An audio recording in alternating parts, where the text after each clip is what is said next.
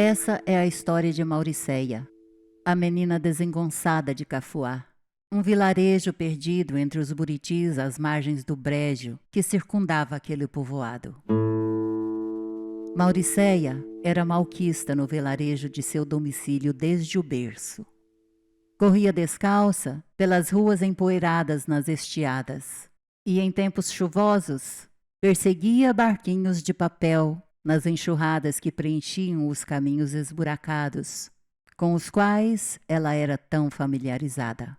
Comumente era alvo de trovoadas de nomes e xingamentos gratuitos. Lá vai a desembestada. Olha a moleca sem dono. Lá está a desnutrida, a menina desengonçada. Mauricéia seguia calada, entristecida.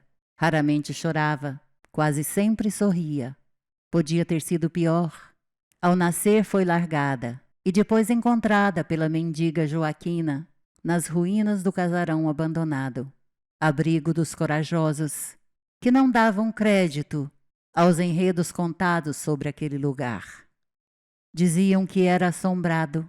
Joaquina nunca viu nada, e Mauricéia certa vez ficou cismada com um barulho desconhecido no meio da noite.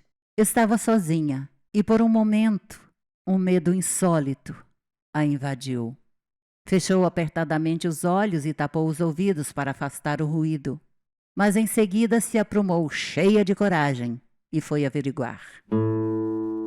E não é que se tratava de um rato, se debatendo para escalar o cano comprido de uma bota velha, donde por descuido caiu dentro? Mauricéia riu de si mesmo e da pobre criatura. Libertou-a e a deixou seguir seu caminho.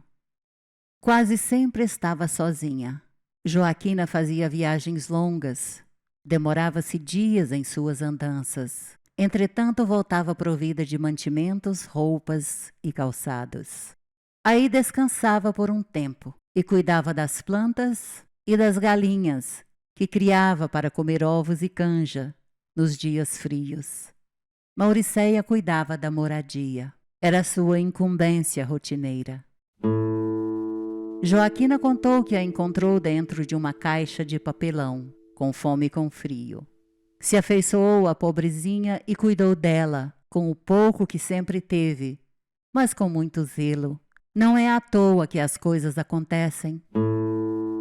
Houve um tempo em que o casarão abrigou muita gente, mendigos de todas as idades. Porém, as lendas das almas penadas espantaram todos dali, mas não as duas. Elas foram ficando. Mauricéia, certa vez em suas andanças pelo mato, encontrou uma tesoura enferrujada. Não era grande nem pequena. Era de bom tamanho. Examinou o objeto e achou que podia ter serventia. Feliz com seu achado, voltou entusiasmada para casa. Lavou-a com capricho na bica do velho monjolo, depois secou e poliu com um trapo. A tesoura ficou reluzente e Mauricéia, encantada, não se cansou de contemplar aquele objeto tão simples e tão belo. Contra a luz do sol, emitia raios dourados. Chegou a fantasiar que tinha em mãos uma peça de ouro maciço. E o que faria ela com tanto ouro? Nem saberia. À sombra, sentada no degrau que dava para um dos cômodos do casarão, o objeto exibia um platinado brilhante. No entanto, não parecia prata. Mas também não era uma tesoura comum. Era deveras um objeto encantador. Embebida com tanta beleza daquele achado, esqueceu-se de tudo por aquela tarde. Já escurecia quando ela entrou para guardar a tesoura em uma caixa de miudezas que trazia de suas andanças. Pegou um anel de pedra azul, desses que vêm em embrulhos de pirulito. Tinha o aro já descascado e deformado. Riu. Em suas brincadeiras de faz de conta, ele era de ouro com safira. Aquele não foi um anel achado. Foi presente de aniversário que Joaquina comprou para festejarem o 10º ano de seu nascimento. Já não entrava mais em seu dedo, mas o guardava com carinho. Devolveu-o para o cantinho da caixa e pegou as 3 moedas antigas. Uma de 200 réis, prateada, grossa e pesada, do ano de 1889. Achou-a no casarão. Outra mais recente, mas não tão recente, que ela achou na rua, dourada e pequena, de 2 cruzeiros, ano 1945. Depois apertou com emoção a sua preferida, a moeda de R$ 1. O aro dourado em volta do miolo prateado a fascinava sobremaneira. Ano 2007. Série de comemoração ao 50º dos direitos humanos e também do ano que ela nasceu. Outro presente de Joaquina. Pegou com cuidado seu bibelô, um pardalzinho de bico trincado, achado no lixo. Segurou o passador de cabelo, rosa, com flores e uma borboleta, faltando algumas pedras.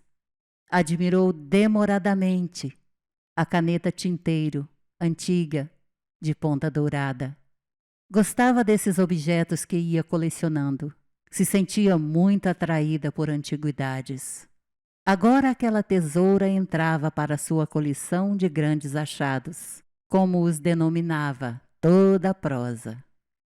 Depois de contemplar cada item de sua coleção e reorganizá-los na caixa para acomodar a tesoura, foi se lavar no córrego que corria na baixada dos fundos do casarão. Em seguida, ela cozinhou ovos, engrossou uma sopa de fubá, comeu e foi se deitar. Adormeceu facilmente e sonhou que o casarão era um palácio requintado. Ela uma duquesa, Joaquina a rainha. Acordou sobressaltada na escuridão de seu quarto, sem saber onde estava. A cena do sonho no casarão iluminado, mobiliado e habitado, foi tão real. Ela, a duquesa, elegantemente trajada, na presença de Joaquina, usando uma coroa de safira em aro de ouro, a qual realçava seu cabelo cor de trigo, cascateando ombro abaixo. Não lhe pareceu um sonho, mas uma cena real que ela rememorou. Ainda perturbada com aquele suntuoso e tão vívido cenário, virou o corpo para o lado e pegou a garrafa de água para saciar sua sede. Ficou um tempo com os olhos abertos, mergulhados no escuro denso da noite sem o clarão da lua, e os pensamentos sobrevoando as lembranças arquivadas em sua memória.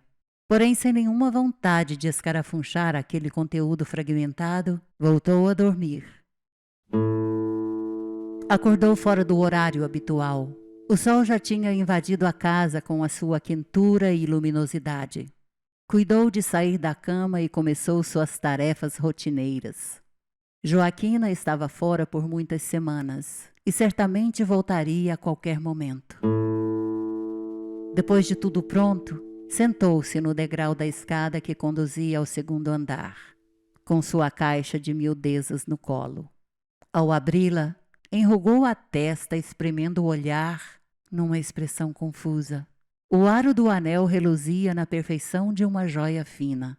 A safira brilhava genuinamente em sua autenticidade. As moedas resplandeciam. O trincado no bico do pardal havia desaparecido. Todas as pedras estavam no passador de cabelo. A caneta tinteiro parecia nova. Entretanto, a tesoura já não mais brilhava. Estava fosca e manchada.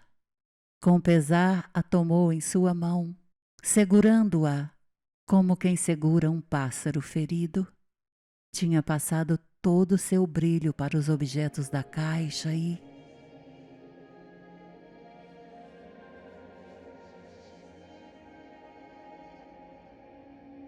Mauricéia foi paralisada por uma luz branca, em forma de cone, descendo do ponto mais alto do teto até o chão, a qual envolvia a transparência de uma figura feminina. Como um sopro de brisa morna, viu as palavras orbitarem em notas musicais. Tens nas mãos a ferramenta necessária para agarrar a sua segunda chance. Em seguida, elas foram recolhidas e somente o som da respiração da menina preencheu a sala sombria. Aturdida, ergueu-se e galgou apressadamente os degraus, como se quisesse alcançar a ponta daquela luz imaculadamente branca, que desceu e subiu diante de seus olhos, deixando no ar a melodia de uma mensagem incompreensível ao seu entendimento.